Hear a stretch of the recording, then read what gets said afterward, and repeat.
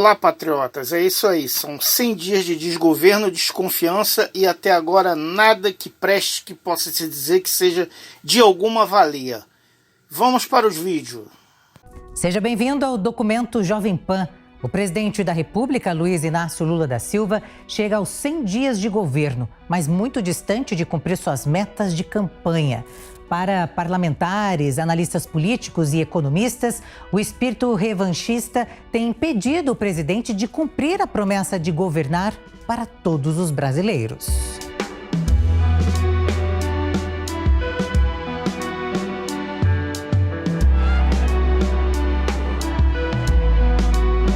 Uma data emblemática para todo o governo.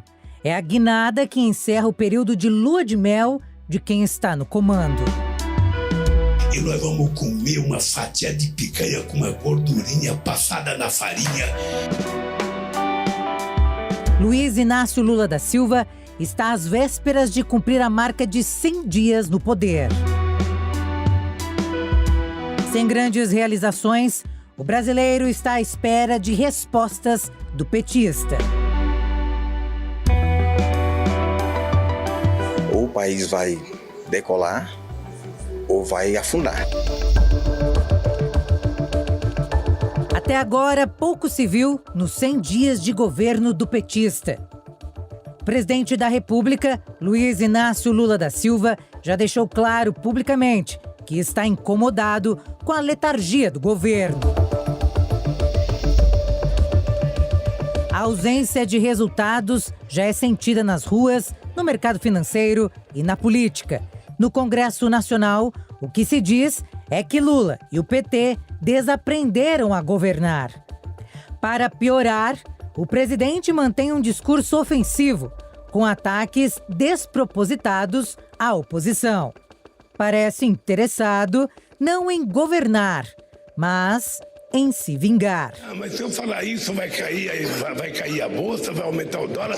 Paciência, porque o dólar não aumenta e a bolsa não cai por conta das pessoas sérias, mas é por conta dos especuladores que vivem especulando todo tempo. E perguntava, tudo bem? Falava, não está tudo bem, só vai estar bem quando eu esse muro.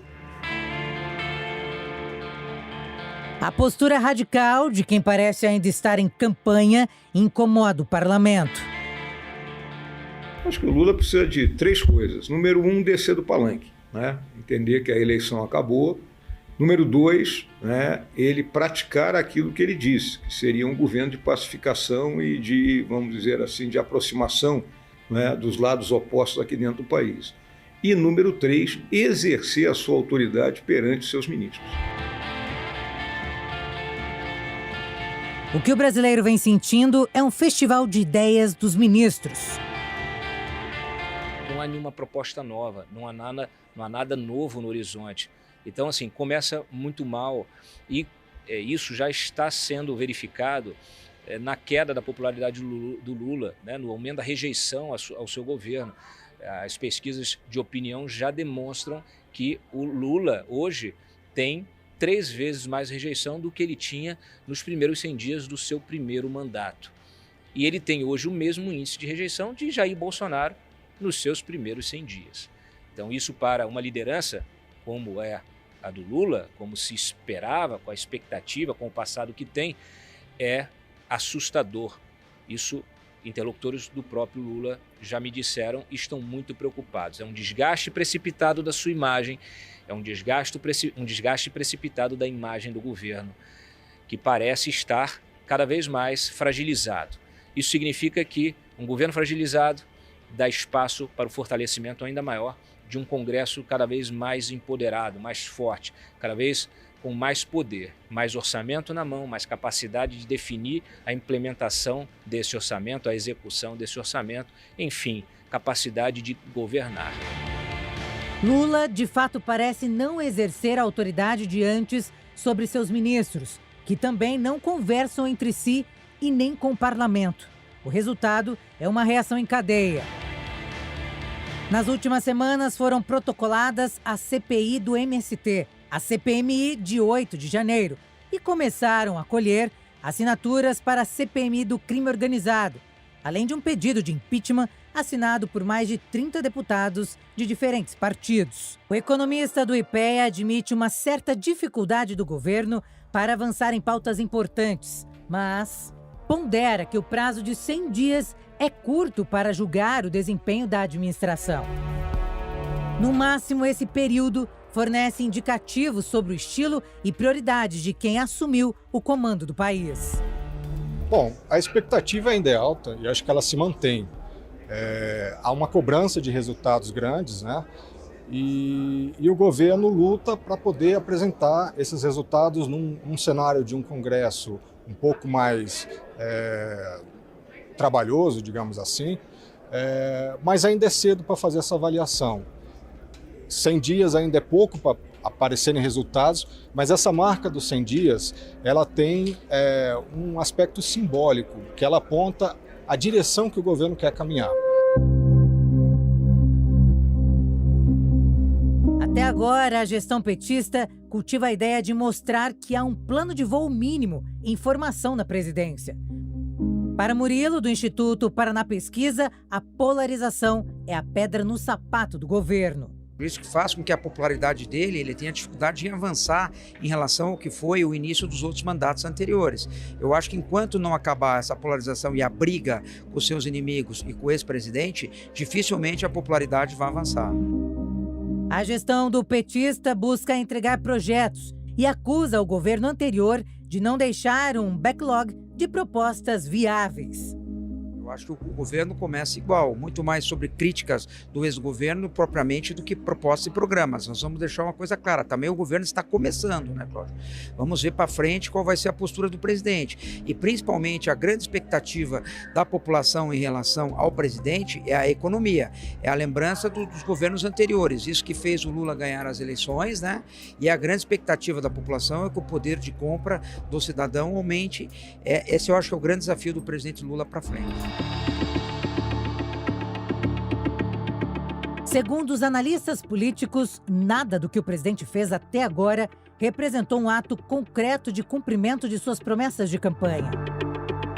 Até o momento, mais de 5% do mandato presidencial já se foram, sem que a sociedade tenha visto algum movimento efetivo para cumprir o que prometeu na campanha. Eu acho que o governo Lula, ele tentou criar uma espécie de retropia, né? Ou seja, um retorno a um passado utópico, né? No qual o PT entendeu que fez um bom governo, que fez uma boa gestão. Só que, ao fazer isso, primeiro, prometeu uma terra que não existe mais e alimentou muito as expectativas, né, dos seus seguidores, da população em geral. E isso sempre pressiona, né, o partido político, enfim, a população, as expectativas. E, ao mesmo tempo, e acho que pior, trabalhou com uma perspectiva de cenário que já não existe há muito tempo. Então, na verdade, essa falta de reconhecimento do PT da terra que estava pisando, não é, depois de ter vencido a eleição, hoje compromete as suas ações, compromete as suas escolhas. A boa notícia para o governo é que se passaram só 100 dias, então é possível voltar atrás e rever alguns momentos, mas vai ser necessário, né, a realização aí de uma meia-culpa, gastar algum tempo, né, para dizer, olha, a gente vai pactuar aqui com as reformas, vamos dançar conforme a música, vamos jogar com as instituições que estão colocadas para tentar recuperar uma confiança dos agentes econômicos e permitir que a economia deslanche de alguma maneira. O que se comenta no Congresso é que o governo do PT, que o PT parece que esqueceu como se governa, né? Então nós temos aí quase agora 100 dias de governo, não há diálogo com o Congresso, há um problema de entendimento entre os próprios ministros do Lula, entre o núcleo do governo.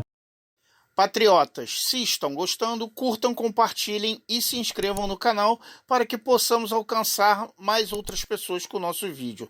Agradecemos desde já a gentileza e vamos continuar. Para governar é preciso ter planos e ter um quadro competente de assessores para que estes planos se transformem em realidade. Lula ainda não tem uma marca para o seu terceiro mandato. O o presidente tenta reempacotar velhos programas para apresentar, como, por exemplo, a nova versão do Bolsa Família e a retomada do Minha Casa Minha Vida.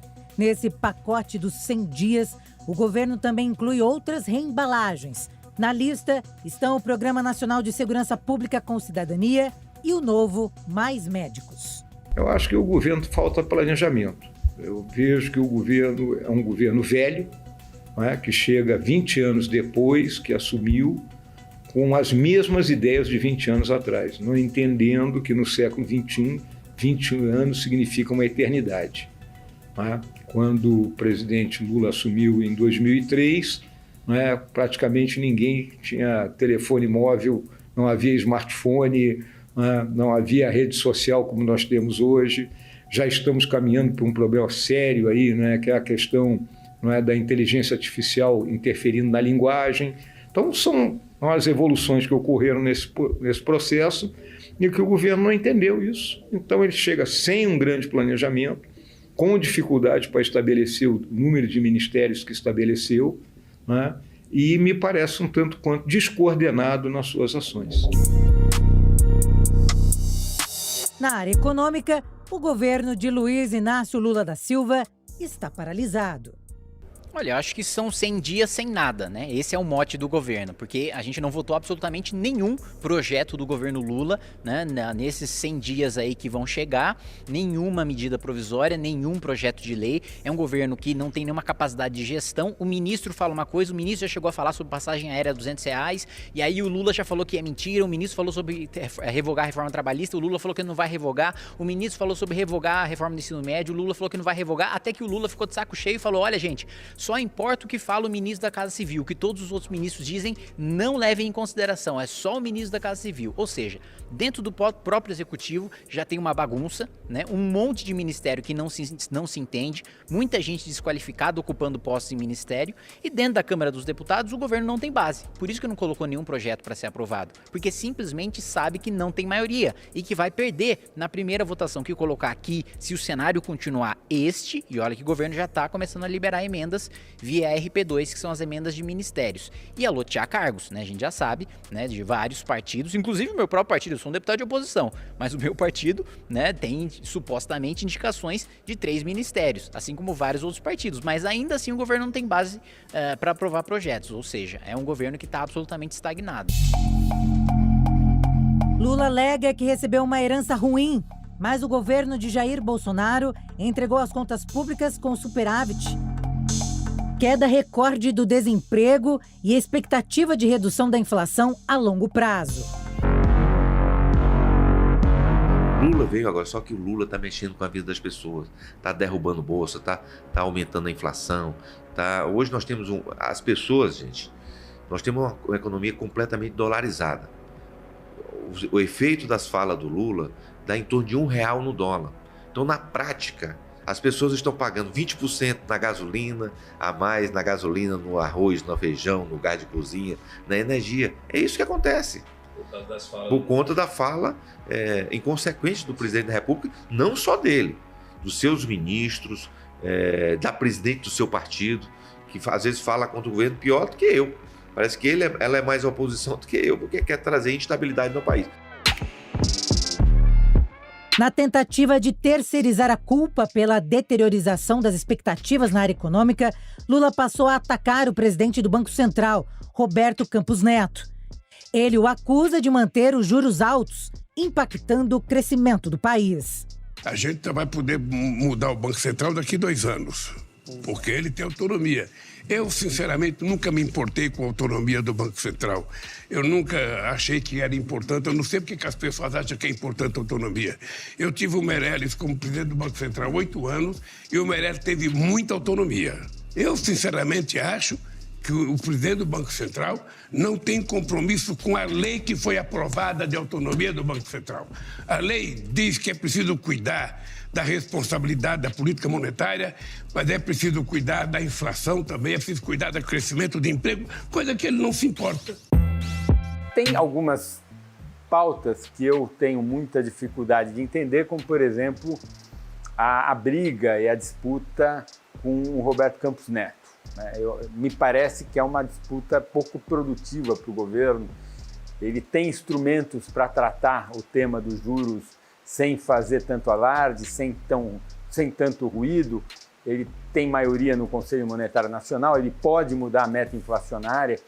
Então, eu tenho dificuldade de acompanhar o cálculo do presidente Lula em estabelecer esse confronto, esse litígio quase com o presidente do Banco Central. Lula governa olhando pelo retrovisor. Fala em reestatizar a Eletrobras, desfazer a reforma trabalhista e acena para a Argentina e a Venezuela como parceiros prioritários. Os dois países estão quebrados. O petista sabe que precisa de algo concreto para resgatar sua popularidade, já que está no mesmo patamar de Jair Bolsonaro no início de seu governo. É importante que a gente tenha agora, no avançar dos meses, uma maior maturidade desse governo, que eles tragam uma reforma tributária que não aumente impostos, porque é isso que eles estão propondo, que eles proponham realmente medidas provisórias, decretos que cresçam. Até eles estão frustrados, né? Prometeram tanto. Acho que a principal promessa do próprio presidente Lula de ser um governo muito melhor do que foi o primeiro governo, os dois primeiros governos, tem sido de uma frustração e uma falta de compromisso com o que prometeram ao país, jamais visto na nossa história.